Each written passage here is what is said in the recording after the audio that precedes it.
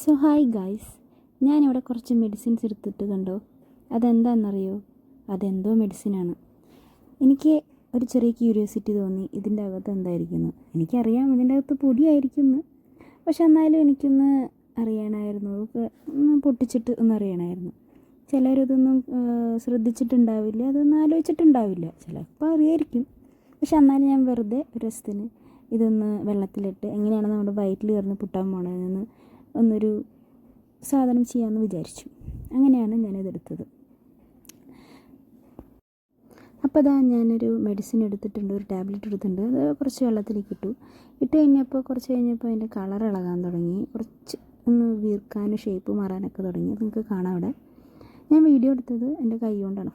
അപ്പോൾ ഞാൻ എടുത്തത് വെർട്ടിക്കലിയാണ്, പക്ഷേ എഡിറ്റ് ചെയ്ത് തന്നപ്പോൾ അത് ഹൊറിസോണ്ടലായിപ്പോയി.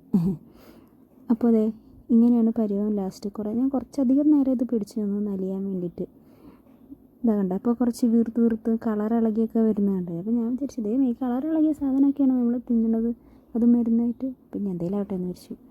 അങ്ങനെ പിന്നെ ഞാൻ ആ വെള്ളമൊക്കെ മാറ്റി വേറൊരു വെള്ളത്തിലിട്ട് അതൊന്ന് പൊട്ടിക്കാനൊക്കെ ശ്രമിച്ചു.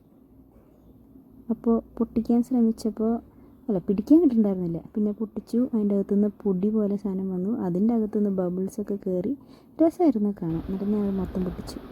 ഇപ്പോൾ ഇതാണ് അവസ്ഥ.